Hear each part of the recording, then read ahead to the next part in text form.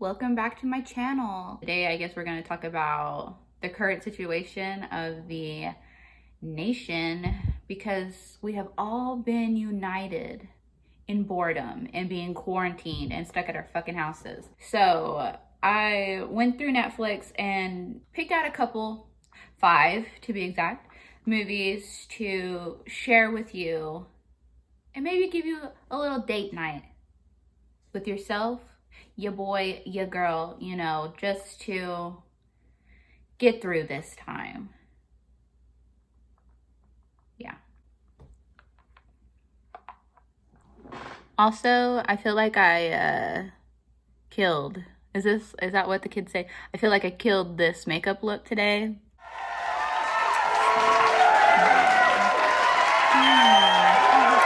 Give yourself a round. Give yourself a round of applause. You deserve it. Fucking stupid. Okay. The first movie on this list is one of my favorite movies. It is Paul Thomas Anderson's There Will Be Blood. This movie is cinematic genius.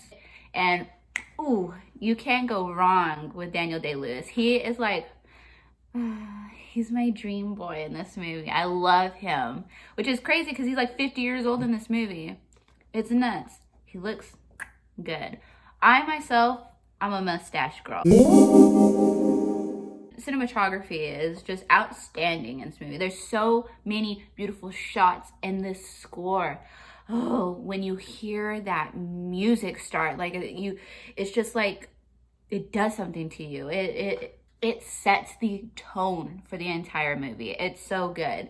And the performances are great. Daniel Day-Lewis, phenomenal.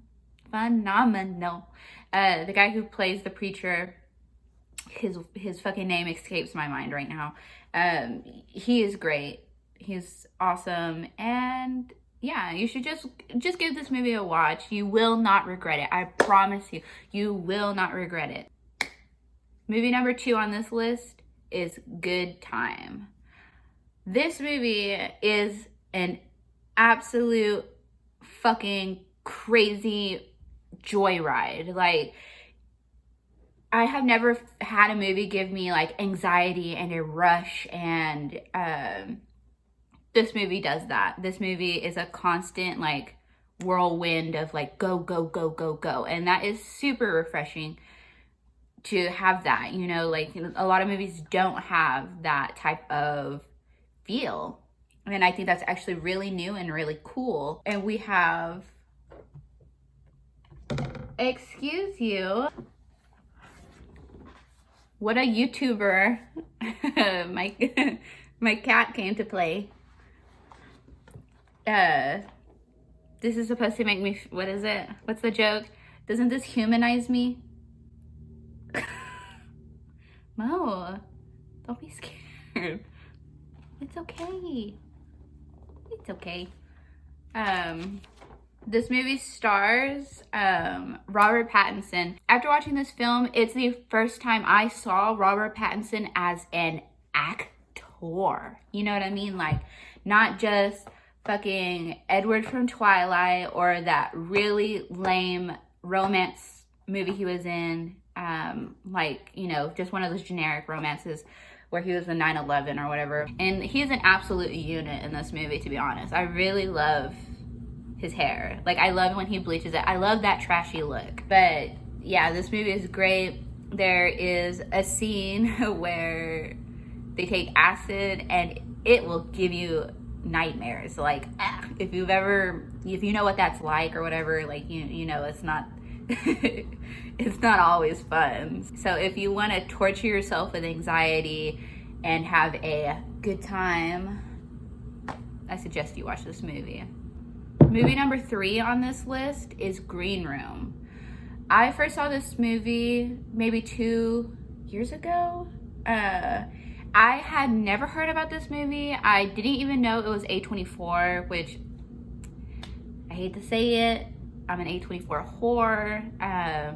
We just went over Good Time. That's also A24.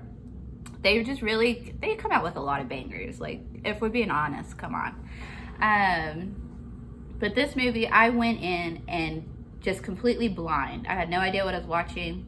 The performances were great. The gore was great. This isn't really like a horror movie. It's just a, what do I call it? I guess a thriller, suspense, thriller, action. It's just really cool. But this movie is great, really violent, great gore, satisfying ending. 5 out of 5. 5 stars. It's me, editing version of Megan. I completely forgot to say the title of the movie, but number 4 on this list is Train to Busan. It is our first foreign film I think that I've even talked about on my channel. And this one is great. It's so good. And I know there's not that, I mean, like in the horror community, there are a lot of people who love this movie, absolutely love it. But then I know that there's a lot of people who don't do subtitles, which is, what? What do you mean you don't do subtitles? You not know how to fucking read? Just read. That's all you gotta do. It's just, I could fight all day with this, but to be honest, this movie is great. It is fast-paced. Once it starts going, it's going. This movie is directed by Yeon Sang-ho. He's Korean, obviously.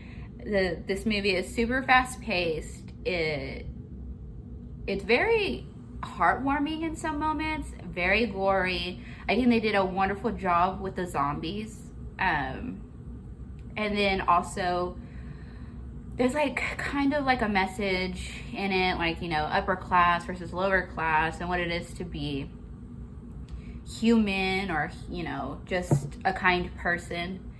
And I think this is a really beautiful horror movie. And of course, a lot of foreign films are beautiful, Korean especially to me. This movie is great. Great horror, great zombies, good gore. It's beautiful. Last but definitely not least, we have yet another A24 movie.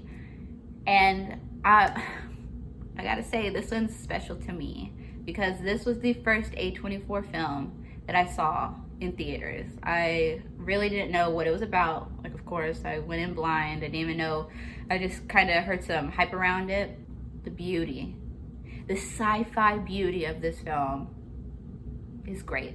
This movie is directed by Alex Garland. This movie is a mind fuck. Like, I don't know how to put it any other way. When the movie is over, like, I swear I was sitting there like, yeah. So I definitely recommend this if you love sci-fi. And to finish off, I have a quick bonus. If you are a series person, like you like to watch a series, I'm watching the series Kingdom. It's a Korean series. It's directed by Kim Sung-hun. I think that's how you say it. Kim Sung-hun. Hold on, I gotta check that. Okay, yeah, it's right. It's directed by Kim Seung-hun. It came out in 2019. The second season just came out like a couple weeks ago, I think. And it is great. I've already know that I talked about a Korean zombie film on this list, but this is a Korean zombie period piece. Period. The show is so awesome. It's so cool. There's so much action and so much like cool storytelling and gore, and yes, there's subtitles, but come on, grow up.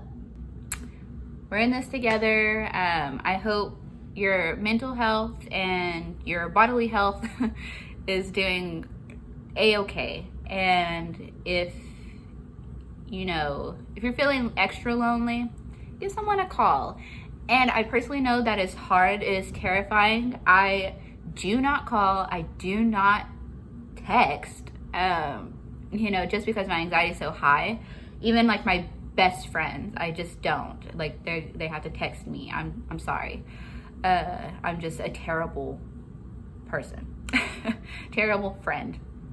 But I had recently FaceTimed for the first time someone who was not a family member, my sister or anything, and I'm still riding that high. Like I'm still feeling a lot better just from talking to someone that I'm close to, a good friend that I haven't seen in a while. So there's some advice right there. Wishing you the best. Keep safe. Stay the fuck home. And peace out.